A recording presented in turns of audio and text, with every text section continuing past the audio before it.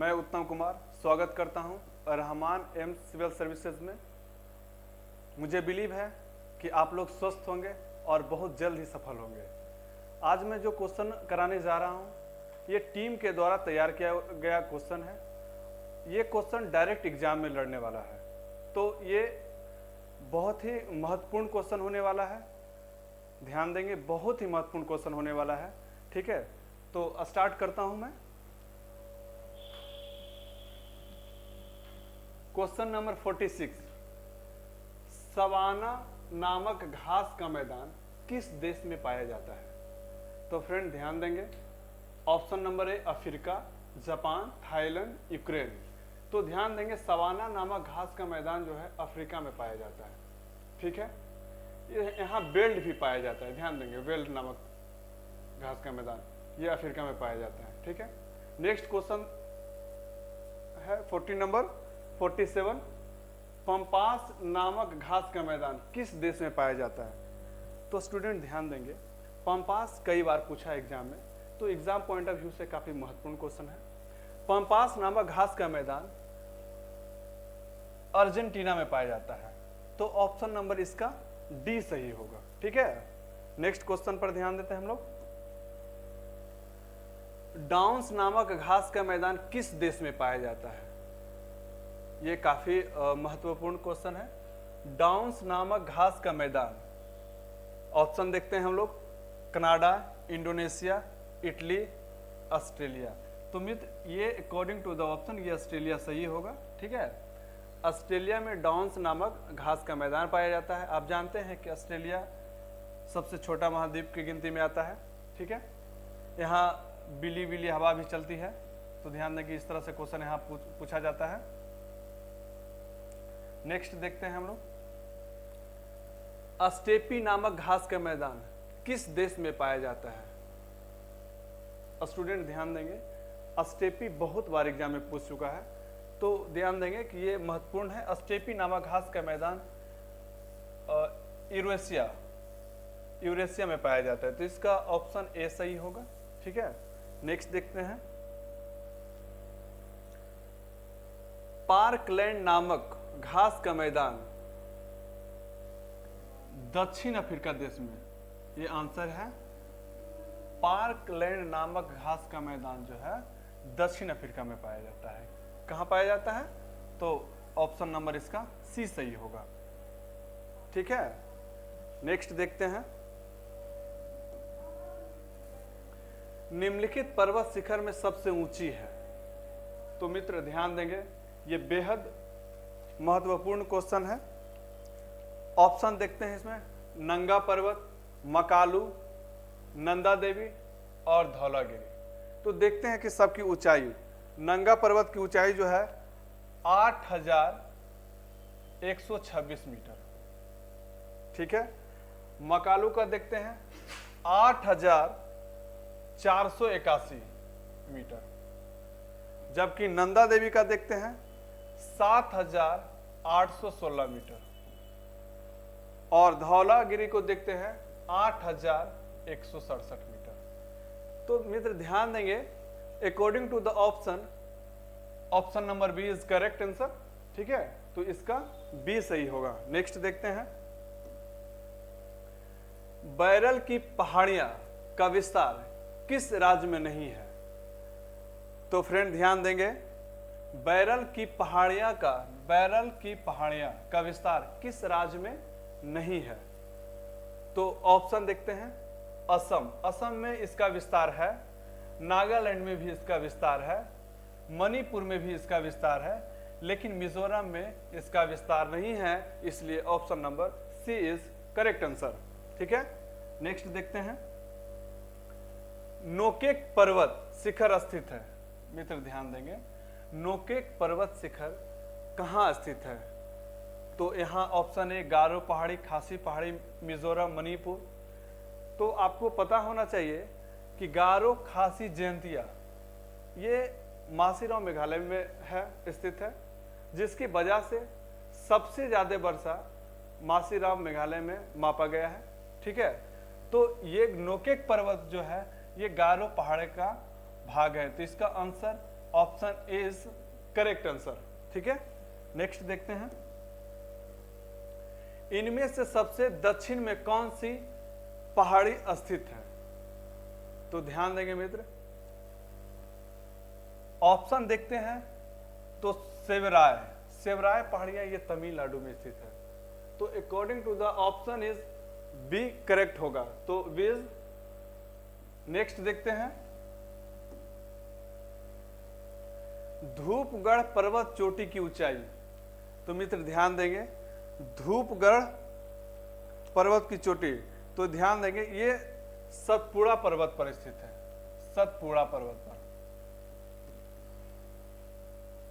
ठीक है, और ये एमपी में स्थित है, जिसकी ऊंचाई 1350 मीटर। स्टूडेंट ये ध्यान देंगे, ये काफी महत्वपूर्ण क्वेश्चन है, ये बहुत बार एग्जाम में पूछा हुआ है। ठीक है, नेक्स्ट देखते हैं, इनमें से कौन सी पहाड़ी गुजरात में नहीं है? ठीक है, देखते हैं ऑप्शन, माडल की पहाड़ी ये गुजरात में स्थित है। गिरनार ये बहुत बार एग्जाम में पूछ चुका है, गिरनार पहाड़ी गुजरात में स्थित है। वर्धा ये भी गुजरात में स्थित है। लेकिन ऑप्शन नंबर सी ध्यान देंगे, ऑप्शन नंबर महादेव पहाड़ी में अभी इसका चर्चा किया था, तो option number C is correct answer. ठीक है, नेक्स्ट देखते हैं, माउंट हैरियट स्थित है। तो फ्रेंड बेहद खूबसूरत क्वेश्चन ये है। माउंट हैरियट स्थित जो है ये दक्षिण अंडमान में है। ठीक है, तो इसका ऑप्शन नंबर सी दक्षिण अंडमान।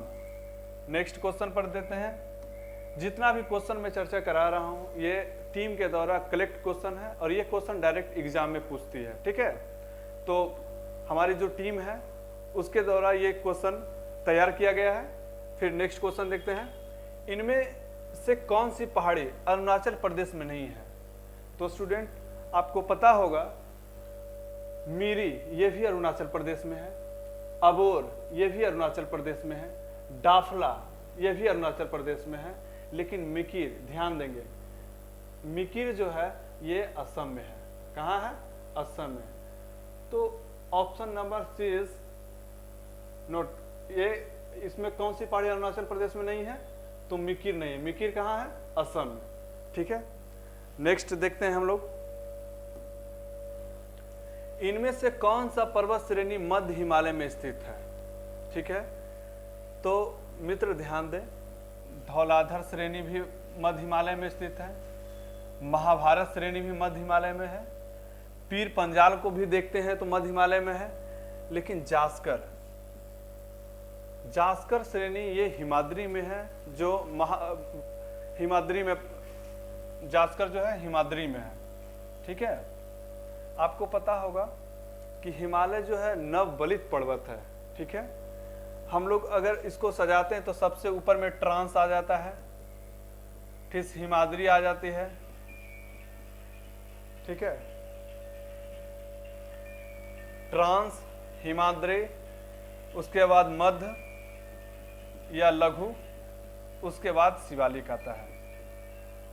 तो इस तरह का कई बार एग्जाम में पूछ चुका है, इस तरह का सजाने के लिए। ठीक है, नेक्स्ट देखते हैं, इनमें से कौन सी पहाड़ी आंध्र प्रदेश में नहीं है? तो स्टूडेंट ध्यान देंगे, काफी बेहतरीन क्वेश्चन है। नल्लामलाई, शेषाचलम और पालकोंडा ये सब आंध्र प्रदेश की पहाड़ी है, जबकि पंचमलाई ये तमिलनाडु की है। ठीक है, तो इसका आंसर ऑप्शन बी होगा। नेक्स्ट क्वेश्चन नंबर 61 देखते हैं, इनमें से कौन सी पर्वत चोटी हिमालय में स्थित नहीं है? तो स्टूडेंट धौलागिरी जो कि हिमालय में स्थित है, ईनागिरी, महेंद्र भूमि ये सब हिमालय का पार्ट है, जबकि ये ब्रह्मगिरी जो है ये कर्नाटक में स्थित है, जो हिमालय से काफी डिस्टेंस में है, इसलिए इसका आंसर जो होगा ब्रह्मगिरी होगा। इनमें से कौन सी पर्वत चोटी हिमालय में स्थित नहीं है? तो ब्रह्मगिरी। नेक्स्ट देखते हैं, इनमें कौन सी पर्वत चोटी उत्तराखंड में नहीं है। स्टूडेंट ध्यान देंगे, केदारनाथ। केदारनाथ आप लोग मूवी भी देखे होंगे, काफ़ी बेहतर मूवी है, ठीक है, नहीं देखें तो देख लीजिए। उसके बाद बद्रीनाथ, ये सब पहाड़ियाँ जो है उत्तराखंड में स्थित है। बंदरपुर ये भी जो है उत्तराखंड में यह चोटी स्थित है। लेकिन अमरनाथ ये जम्मू कश्मीर में है, ठीक है। तो इसका आंसर सी सही होगा। नेक्स्ट देखते हैं, निम्न पर्वत शिखर में कौन सा लद्दाख में स्थित नहीं है, ठीक है। ये क्वेश्चन पे हमको यहाँ मिसप्रिंट नहीं ये हाँ होना चाहिए, क्योंकि नूनकुन जो है बाकी सब पर्वत नहीं है, लेकिन नूनकुन लद्दाख में स्थित है, ठीक है। क्वेश्चन नंबर 64 देखते हैं, सॉरी।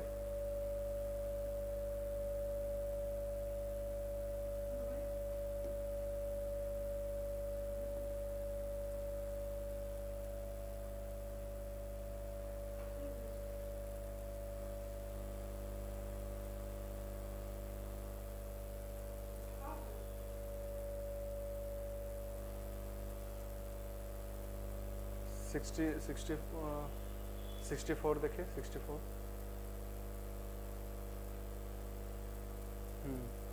64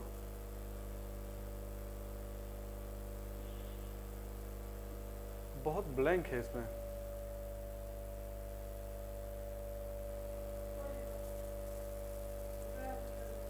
हाँ हाँ जो है उसमें देखते हैं।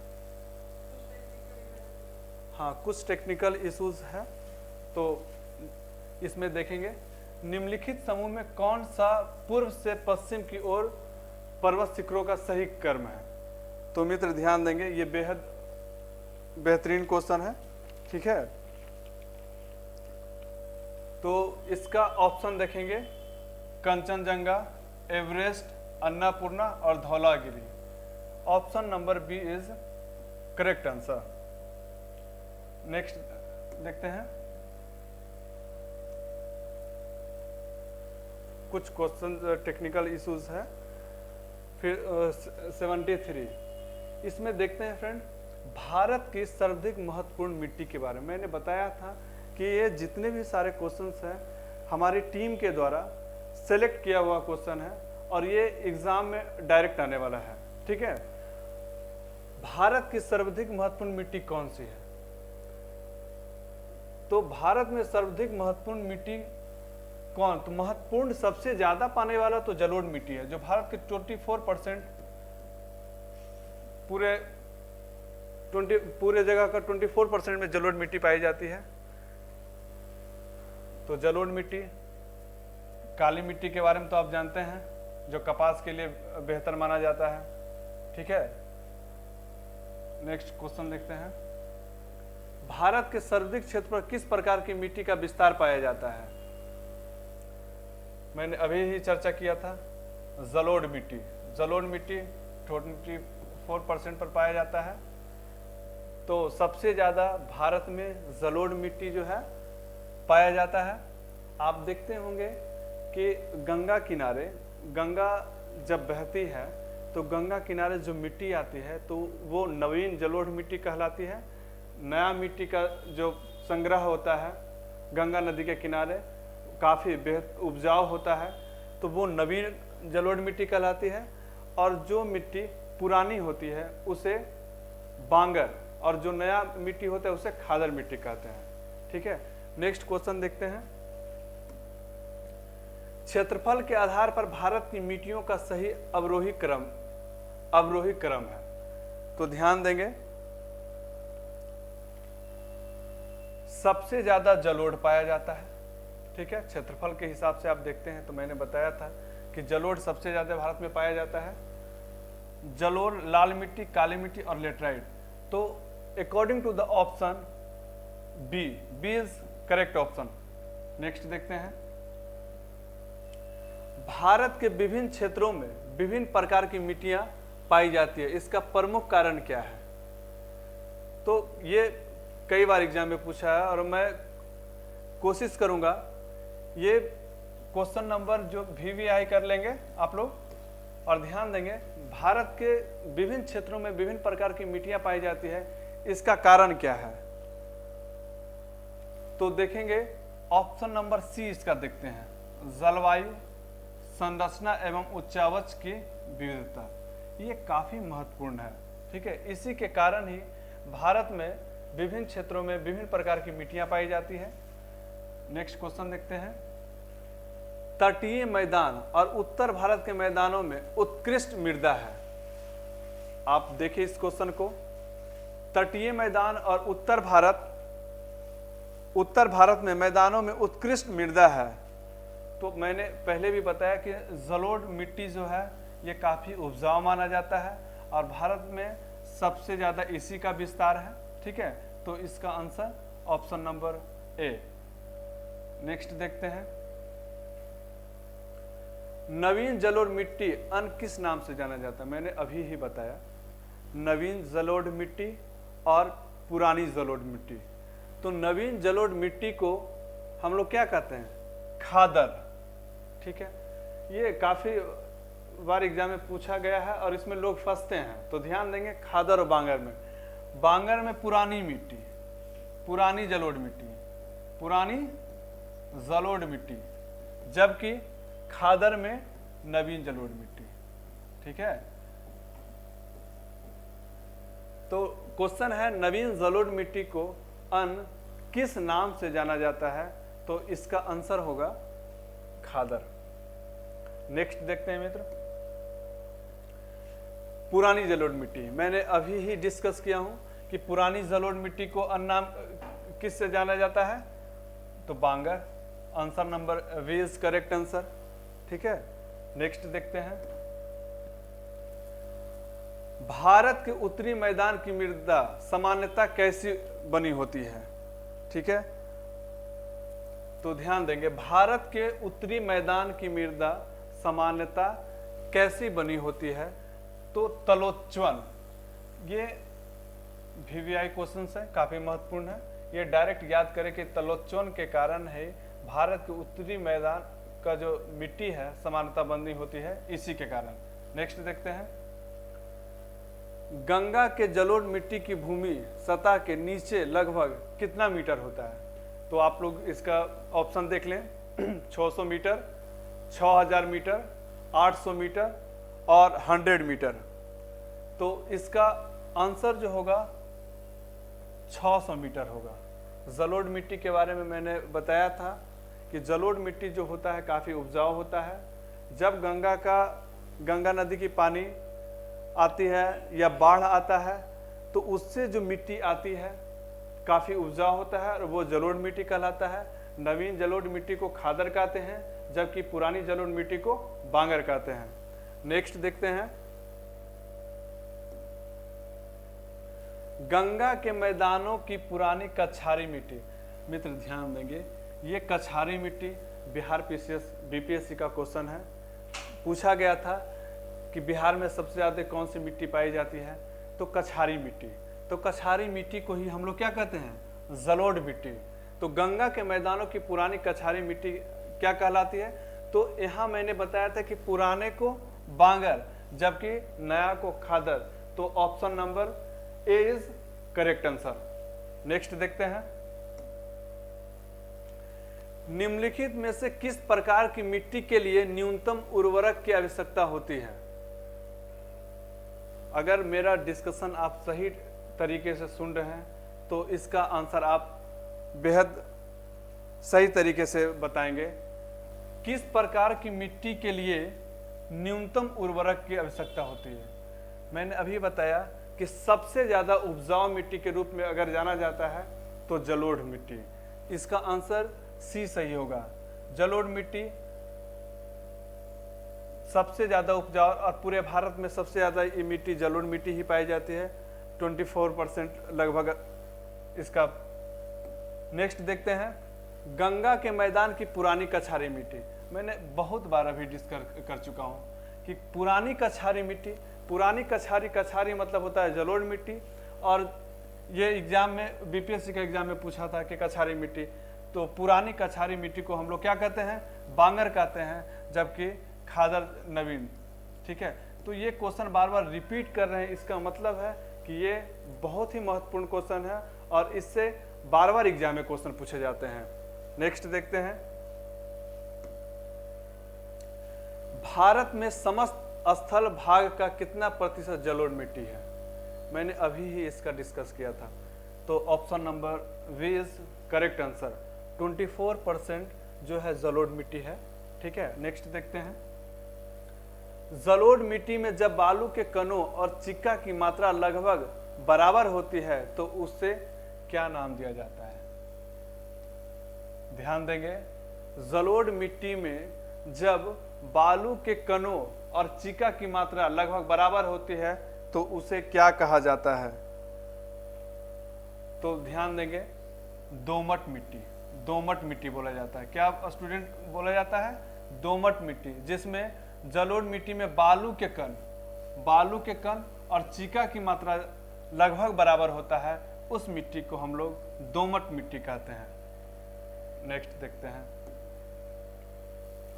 भारत में पाई जाने वाली कौन सी मिट्टी क्रेस्टोसियस युग में दरारी उद्भेदन से निक्षेपित पदार्थों से बनी है? तो आप लोग बताइए। ऑप्शन इसका लेटेराइट मिट्टी है, काली मिट्टी है, क्षारीय मिट्टी है, बलुई मिट्टी है। ध्यान देंगे, ये जो पूछा हुआ है क्रेस्टोसियस युग में दरारी उद्भेदन से निक्षेपित, तो इसका आंसर मित्र काली मिट्टी होगा। Option number B is correct answer. आप इस वीडियो को कई बार सुने और हमेशा रिपीट करें। 2 से 3 बार करने से ये क्वेश्चन आपके माइंड में रहेंगे और एग्जाम में बेहतर करके आएंगे। नेक्स्ट देखते हैं, निम्न में से कौन सी मिट्टी प्रायद्वीपीय भारत में अधिकतम क्षेत्र पर पाई जाती है? मैंने अभी ही बताया है कि निम्न से कौन सी प्रायद्वीपीय भारत यहां पूछ रहा है। ध्यान देंगे, क्वेश्चन पर हमेशा क्वेश्चन को ध्यान से पढ़ेंगे। प्रायद्वीपीय भारत में अधिकतम क्षेत्र विस्तृत है, तो प्रायद्वीपीय भारत में सबसे ज्यादा काली मिट्टी का विस्तार माना गया है। ठीक है, क्वेश्चन पर यहाँ प्रायद्वीपीय भारत है। अगर पूछेगा कि भारत में सबसे ज्यादा मिट्टी कौन सी पाई जाती है, तो आप इसको आंसर जलोढ़ दे सकते हैं, लेकिन प्रायद्वीपीय भारत की में अधिकतम क्षेत्र में विस्तृत मिट्टी क्या है? काली मिट्टी। नेक्स्ट देखते हैं, कपास की खेती, ये बीपीएससी का क्वेश्चन है, बीपीएससी पूछा था इस तरह का क्वेश्चन, कमीशन का क्वेश्चन है। ध्यान देंगे, ये बिहार का कोई भी एग्जाम हो तो इस तरह के क्वेश्चन देखने को मिलता है। कपास की खेती के लिए सर्वोत्तम मिट्टी, तो काली मिट्टी। ठीक है, और आप लोग कमेंट में बताइए कि कपास सबसे ज्यादा कहाँ होता है, किस राज्य में। मैं देखूंगा कि आप लोग कितने सही करते हैं। ठीक है, नेक्स्ट देखता हूं, लावा के प्रवाह से किस मिट्टी का निर्माण होता है? लावा के प्रवाह से किस मिट्टी का निर्माण होता है? मैंने अभी बताया कि लावा के प्रवाह से काली मिट्टी का निर्माण होता है, जो कपास के लिए बेहद लाभदायक होता है। ठीक है, काली मिट्टी कपास के लिए बेहद लाभदायक होता है, इसलिए इसका option number B is correct answer. Next देखते हैं, अब देखते हैं बीमारी के बारे में। ठीक है, इसमें जीवाणु और वायरस के बारे में मैं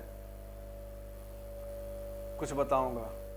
नेक्स्ट देखता हूं क्वेश्चन में, इसमें टाइफाइड फीवर, टाइफाइड फीवर किस कारण होता है? आप जानते होंगे, इसमें मियादी ज्वर दिया हुआ है। ठीक है, टाइफाइड फीवर जो होता है, आप पटना में ज़्यादातर ये लोगों को, ज़्यादातर स्टूडेंट को होता है टाइफाइड। जब पहली बार लोग आते हैं, ये गंदा पानी से होता है। जब गंदा पानी आप पीते हैं, ठीक है, तो गंदे पानी से टाइफाइड होता है। अब ये बताइए कि ये वायरस से होता है या बैक्टीरिया से होता है या फफूंद से होता है? तो जीवाणु से होता है मित्र। ध्यान देंगे, बैक्टीरिया जब गंदे पानी में जाता है और उसको जब हम पीते हैं तो क्या होता है? टाइफाइड होता है। ठीक है, हैजा भी इसी से होता है। हैजा नामक बीमारी भी जो होता है, ये आपका क्या चीज से होता है? जीवाणु से होता है।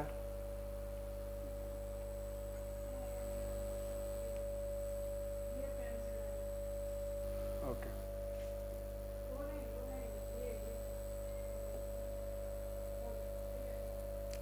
ओके, नेक्स्ट 92, किस प्रकार का रोग जनक जल जनित टाइफाइड का बुखार का कारण है।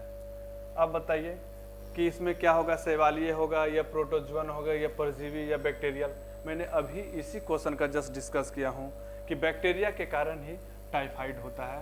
The option number D is correct answer. ठीक है, नेक्स्ट, अगर कचरा पीने के पानी में मिल जाए तो कौन सी बीमारी फैलती है? आप बताइए। मैंने इसके फर्स्ट क्वेश्चन अगर आप अच्छे से सुनेंगे तो इसका आंसर आप टाइफाइड मारेंगे। Typhoid is the correct answer. Next, श्वेत प्लेग का आमतौर पर किस नाम से जाना जाता है? मित्र ध्यान देंगे, श्वेत प्लेग आमतौर पर किस नाम से जाना जाता है? तो क्षय रोग। क्या होता है? क्षय रोग। टाइफाइड जानते हैं कि गंदा पानी पीने से होता है, बैक्टीरिया से होता है। तो क्षय रोग जो है इसका आमतौर पर जो जाना जाता है, श्वेत प्लेग को क्षय रोग कहते हैं। नेक्स्ट देखते हैं, बीसीजी का टीका किसके लिए है? फ्रेंड ध्यान देंगे, बीसीजी का जो टीका है, जब देखते होंगे कि ये यक्ष्मा की जब बीमारी होती है तो उसी के लिए बीसीजी का टीका लगाया जाता है। तो ऑप्शन नंबर बी सही होगा। ठीक है, नेक्स्ट क्वेश्चन देखते हैं। मित्र ध्यान देंगे, स्टूडेंट मेरे ध्यान देंगे कि ये क्वेश्चन सब कलेक्ट किया हुआ है और सब महत्वपूर्ण क्वेश्चन है। अगर आप लोग एक बार इसको लिख भी लेंगे तो इससे ज़्यादा क्वेश्चन एग्जाम में इससे ज़्यादा नहीं पूछेगा, और इस तरह के क्वेश्चन बार बार एग्जाम में देखते हैं। नेक्स्ट देखते हैं, डॉट्स नामक इलाज किस बीमारी के लिए किया जाता है? बेहतरीन क्वेश्चन है और ध्यान देंगे, डॉट्स नामक इलाज किस बीमारी के लिए किया जाता है? तो ध्यान देंगे, एड्स तो होता है एचआईवी से, ये नहीं होगा। ठीक है, एचआईवी के कारण होता है। पोलियो भी नहीं होगा और ना ही हेपेटाइटिस। ये क्षय रोग जो होता है इसी से डॉट्स नामक बीमारी होती है। ठीक है, क्षय रोग। तो option D is correct answer. Next देखते हैं, वायरस द्वारा होने वाला रोग। अब बताइए, अगर आप क्रिस 3 मूवी देखे होंगे, नहीं देखें तो देखिएगा कि ये जो जुकाम, वहाँ जब वायरस फैलता है तो सबको जुकाम होना शुरू हो जाता है। ये option number C is correct answer. Virus द्वारा होने वाला रोग कौन है? तो जुकाम हो जाएगा। ठीक है, नेक्स्ट देखते हैं, निम्नलिखित में से कौन सा रोग संक्रामक है? अब बताइए कि कौन सा रोग संक्रामक है? चेचक, मलेरिया, तपेदिक, हैजा। अकॉर्डिंग टू द ऑप्शन हैजा इज द करेक्ट आंसर। ठीक है, नेक्स्ट देखते हैं, डीपीटी वैक्सीन में पी किसे संदर्भित करता है? तो आप बताइए डीपीटी। मैं देखूंगा कमेंट में कि डीपीटी का फुल फॉर्म कौन कौन लोग बताए हैं। तो इसका हो जाएगा pertussis. Pertussis is the correct answer. Next देखते हैं, डीपीटी टीका निम्नलिखित में से किस प्रकार का होता है? तो ऑप्शन देखें इसका, प्रति विषाणु टीका, प्रति रिकेटस टीका, एक संयुक्त टीका, प्रति प्रोटोजोआ टीका। ठीक है, तो ये डीपीटी टीका जो होता है ये एक संयुक्त टीका होता है। ठीक है, ये आप एकदम पूरे तौर पर याद कर लें कि डीपीटी का टीका जो होता है एक संयुक्त टीका है। मैं बताना चाहूँगा मित्र कि वन लाइनर क्वेश्चन, इस तरह के क्वेश्चन काफ़ी डेंजरस होते हैं। जब तक याद नहीं रहेगा आप नहीं बना पाएंगे। नेक्स्ट देखते हैं, कुष्ठ रोग को और किस नाम से जाना जाता है? अब बताइए कि कुष्ठ रोग को और किस नाम से जाना जाता है? यहां पर देखेंगे ऑप्शन नंबर बी, हेंसेन रोग। हेंसेन रोग को ही कुष्ठ रोग कहा जाता है। ठीक है, कुष्ठ रोग को हेंसेन रोग से जाना जाता है। नेक्स्ट देखते हैं, कौन सा बैक्टीरिया निमोनिया रोग का कारण है? बताइए आप लोग कि कौन सा बैक्टीरिया निमोनिया रोग, निमोनिया आप जानते होंगे, तो निमोनिया रोग का कारण है। ठीक है, इसका देखिएगा कोकाई। कोकाई जो है, कोकाई नामक बैक्टीरिया है जिसके कारण निमोनिया रोग होता है। ठीक है, नेक्स्ट देखते हैं, एड्स निम्न में से किसके द्वारा फैलता है? तो ध्यान देंगे, वायरस एलिसा टेस्ट जो होता है, एलिसा टेस्ट एड्स की परीक्षण के लिए किया जाता है। तो ये वायरस के कारण ही एड्स होता है। ठीक है, एड्स के रोकथाम तो आप लोग काफ़ी अवेयर हैं, तो आपको पता होना चाहिए कि एड्स का रोकथाम हर एक लोग को जाना चाहिए। ठीक है, तो ये वायरस है। और नेक्स्ट देखते हैं, निम्न में से कौन सा एक विकल्प द्वारा HIV, अभी मैंने बताया था HIV एक व्यक्ति से दूसरे व्यक्ति में प्रसारित नहीं होती है। आप देखते होंगे ऑप्शन देखिए कि निम्न में से कौन सा एक विकल्प द्वारा HIV एक व्यक्ति से दूसरे व्यक्ति में प्रसारित नहीं होता है। तो देखेंगे स्तनपान, यहाँ मच्छर का काटना, क्या मच्छर का काटने से HIV होता है? एक ही सुई का बहुप्रयोग, इससे तो HIV होता है, स्तनपान से भी होगा और यौन संबंध से भी होता है, इसलिए इसका आंसर मच्छर काटने से तो मलेरिया होता है, ये HIV नहीं होता है। ठीक है, तो इसका ऑप्शन ए सही होगा। नेक्स्ट देखते हैं हम लोग क्वेश्चन नंबर 105, एड्स का कारण ह्यूमन इम्यूनोडिफिशियंसी वायरस HIV है। सामान्यतः HIV का संक्रमण का पारगमन किसके माध्यम से होता है? तो आप देखेंगे ऑप्शन, मुझे उम्मीद है कि ये क्वेश्चन आप सही करेंगे। ठीक है, ऑप्शन देखिए कि HIV जो है वो किसके माध्यम से होता है। यहां पर देखें, संदूषित रक्त एवं उत्पादों के संचरण से, क्योंकि आप ऑप्शन जब पढ़ेंगे तो संदूषित भोजन एवं जल ग्रहण करने से कभी एड्स नहीं होता है, प्रदूषित हवा सांस लेने से ये सब एड्स नहीं होता है, संक्रमित व्यक्ति से हाथ मिलाने ये सब नहीं होता है, कभी भी आप एड्स से जो जूझ रहे हैं लोग उससे आप हाथ मिलाने से आपको एड्स नहीं होगा, ये सब नहीं होता है। लेकिन आप अशुद्ध रक्त जब आप इंजेक्शन देते हैं और दूसरे का इंजेक्शन आप जिस व्यक्ति का एड्स है उस इंजेक्शन को अगर आपको इंजेक्शन दे दिया जाए तो ये रक्त, संदूषित रक्त से एड्स होता है। नेक्स्ट देखते हैं, एड्स का विषाणु किसकी वृद्धि को प्रभावित करता है? क्वेश्चन ये बहुत बार पूछा हुआ है और इसको VVI कर लेंगे। ठीक है, एड्स का विषाणु किसकी वृद्धि को प्रभावित करता है? मित्र, जब एड्स हो जाता है, एड्स होता है तो आपको हेमोग्लोबिन को बहुत ज़्यादा वो स्पॉइल करता है, प्रभावित करता है।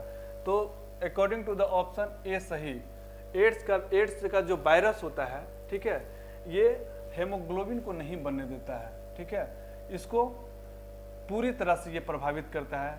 ठीक है, तो इसका option A is correct answer. Next देखते हैं, HIV विषाणु किस व्यक्ति की रोधक क्षमता किस प्रकार कमजोर करते हैं? तो ऑप्शन यहां देखें, मस्तूल कोशिका को नष्ट करना, पट्टिकाओं यानी प्लेटलेट को नष्ट करके, नेक्स्ट है रक्तनुओं को नष्ट करके और लसिकाओं को नष्ट करके। तो ध्यान देंगे कि HIV विषाणु किस व्यक्ति की रोधक क्षमता किस प्रकार को कमजोर करती है। ठीक है, तो इसमें देखिएगा कि लसिकाणु को नष्ट कर देता है। ठीक है, जो व्यक्ति एड्स से जूझ रहे हैं उसको ये चीज को पूरी तरह वीक कर देता है, ये स्पॉइल कर देता है लसिकाणु को नष्ट करके। नेक्स्ट देखता है, पश्चिमी ब्लॉट के लिए नैदानिक परीक्षण होता है। अब बताइए कि पश्चिमी ब्लॉट जो होता है वो किस बीमारी के परीक्षण के लिए यूज किया जाता है? ठीक है, तो पश्चिमी ब्लॉट मित्र ध्यान देंगे, इसका जो है HIV, इसका एलिसा टेस्ट जो भी होता है, एलिसा टेस्ट भी HIV के परीक्षण के लिए किया जाता है। ठीक है, और पश्चिमी ब्लॉट ध्यान देंगे।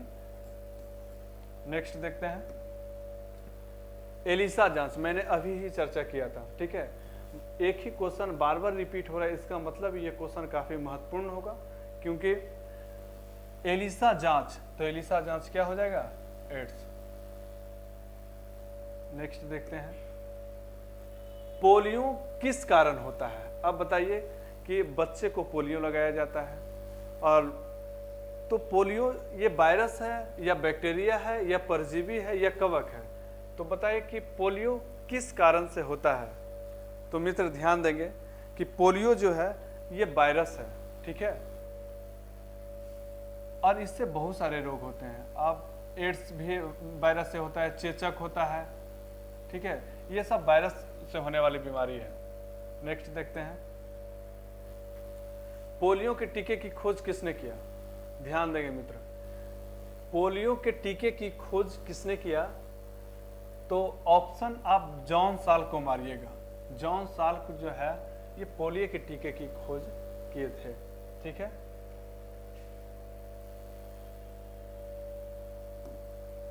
नेक्स्ट देखते हैं, डेंगू बुखार एक मच्छर जनित उष्णकटिबंधीय रोग है जो डेंगू विषाणु से होता है। आप जानते होंगे, डेंगू से काफ़ी वाकिफ होंगे, क्योंकि पटना में सबसे ज़्यादा हम लोग जहाँ नली कचड़ा जहाँ जिधर गंदगी रहता है, और ऐसे माना जाता है कि डेंगू जो होता है साफ जगह होता है। तो ध्यान देंगे कि डेंगू बुखार एक मच्छर जनित उष्णकटिबंधीय रोग है जो डेंगू विषाणु से होता है। तो 112 का ऑप्शन क्या होगा? रेमिटेंट फीवर, रेमिटेंट फीवर, इसका option A is correct answer. Next देखते हैं, पीला बुखार यानी पीत ज्वर मुख्य रूप से इंसानों के बीच किससे फैलता है? तो आप बताइएगा आंसर कि पीला बुखार जो है, पीत जब फीवर आ जाता है तो ये पीत ज्वर जो होता है ये इंसानों के बीच किससे फैलता है, ठीक है। तो 113 पर आप देखिएगा कि मादा मच्छर के काटने से, मादा मच्छर के काटने से ये पीत ज्वर होता है, ठीक है। तो option A is correct answer, ठीक है। नेक्स्ट देखते हैं, डेंगू बुखार किस रोग वाहक द्वारा संचरित होता है? डेंगू बुखार, आप बताइए कि डेंगू बुखार किस, तो ये ऑप्शन आप देख लीजिए, क्यूलेक्स फटिगन ये नहीं होगा, एनफिलीज कल्सिफेसिस ये भी नहीं होगा, मनसोनिया यूनिफॉर्मिस ये भी नहीं होगा। तो एडिस एजिप्टी, आप देखेंगे कि एडिस एजिप्टी मच्छर काटने से डेंगू बुखार होता है। तो ऑप्शन नंबर इसका क्या सही होगा? सी सही होगा। नेक्स्ट देखते हैं, क्वेश्चन नंबर 115, हेपेटाइटिस बी निम्नलिखित में से किसके कारण होता है? हेपेटाइटिस बी किसके कारण से होता है? तो आपको मैंने बताया है कि वायरस के कारण हेपेटाइटिस होता है, ठीक है। मैंने पिछले कई क्वेश्चन में डिस्कस किया कि वायरस से बीमारी जो होता है, चिकन पॉक्स होता है, ये सब वायरस की बीमारी है। तो इसका आंसर ए सही होगा। नेक्स्ट देखते हैं, चेचक स्मॉल पैक्स, मैंने इसी का चर्चा कर रखा था कि स्मॉल पैक्स होने का कारण क्या है। अब बताइए कि कौन सा वायरस से जो है स्मॉल पॉक्स होता है, ठीक है। तो ध्यान देंगे, इसका आंसर वेरियोला। मित्र ये रट जाइए कि वेरियोला वायरस से ही स्मॉल पैक्स बीमारी होती है, जो वर्तमान में माना गया है कि चेचक जो है भारत से समाप्त हो चुका है, ठीक है। नेक्स्ट देखते हैं, किस रोग का पूरी तरह उन्मूलन कर दिया? मैंने अभी ही चर्चा किया था, किस रोग को पूरी तरह उन्मूलन कर दिया गया, यानी चेचक, ठीक है। चेचक को पूरी तरह से उन्मूलन कर दिया गया। नेक्स्ट देखते हैं, खसरा रोग का कारण क्या है? तो खसरा रोग का कारण क्या है? मैंने बताया था कि खसरा रोग वायरस से फैलता है। तो option B is correct answer, ठीक है। खसरा रोग का कारण क्या है? वायरस। नेक्स्ट देखते हैं, निम्नलिखित में से कौन सा जानवरों का एक तीव्र वायरल रोग है जो मनुष्यों में एक संक्रमण जानवर के काटने से फैलता है? तो आप बताइएगा कि निम्नलिखित में से कौन सा जानवरों का एक तीव्र वायरल रोग है जो मनुष्य के एक संक्रमण जानवर के काटने से फैलता है? आप जानते हैं कि ये रेबीज कौन सा जानवर काटने से रेबीज फैलता है? तो कमेंट बॉक्स में जरूर बताइए, क्योंकि ये सब लोग जानते हैं। नेक्स्ट देखता हूं, क्वेश्चन नंबर 120, और ये आज का जो क्वेश्चन का कलेक्शन था उसका लास्ट क्वेश्चन है। H1N1 इसके द्वारा फैलता है, बताइए। इसे H1N1 स्वाइन फ्लू को कहा जाता है, और ये किसके द्वारा फैलता है? वायरस, बैक्टीरिया, कवक, कारण पता नहीं। ऑप्शन नंबर डी, बताइए इसका आंसर क्या होगा? तो वायरस, ठीक है। H1N1 को स्वाइन फ्लू कहते हैं और ये वायरस के द्वारा फैलता है, तो इसका आंसर ए सही होगा। ठीक है फ्रेंड, तो मैंने काफ़ी महत्वपूर्ण क्वेश्चन का यहाँ चर्चा किया हूँ, और ये क्वेश्चन आप बार बार सुने, इस वीडियो को 2 से 3 बार सुने, काफ़ी आपको फ़ायदा मिलेगा एग्ज़ाम में, तो ध्यान देंगे। और मैं हमेशा बताते आया हूँ कि अभी वर्तमान में जो भी एग्ज़ाम होने वाला है, जो भी एग्ज़ाम दरोगा हो, टीचर वाले हो, या कोई भी स्टेट पीसीएस हो, यानी बिहार का कोई भी एग्ज़ाम हो, तो आप इस तरह का क्वेश्चन प्रैक्टिस कर सकते हैं। क्योंकि मेरा मानना है कि आप थ्योरी जितना भी पढ़ लें, जब तक आप 10,000, 5,000, 20,000 तक क्वेश्चन का सॉल्यूशन नहीं करते हैं, तब तक आपका प्रीलिम्स चांसेस कम होता है। लेकिन प्रीलिम्स निकालने के लिए कोई भी एग्ज़ाम हो, बीपीएससी हो, दरोगा हो, बिहार एसएससी हो, टीचर का एग्ज़ाम हो, कोई भी एग्ज़ाम हो, उसमें आपको प्रैक्टिस खोजता है और आप बेहतर कर पाएंगे। इसलिए मैं कहना चाहूँगा कि आप बहुत प्रैक्टिस करें, ठीक है। मैं नेक्स्ट वीडियो जस्ट ही लाऊंगा, ठीक है। आज के लिए इतना ही, धन्यवाद, जय हिंद।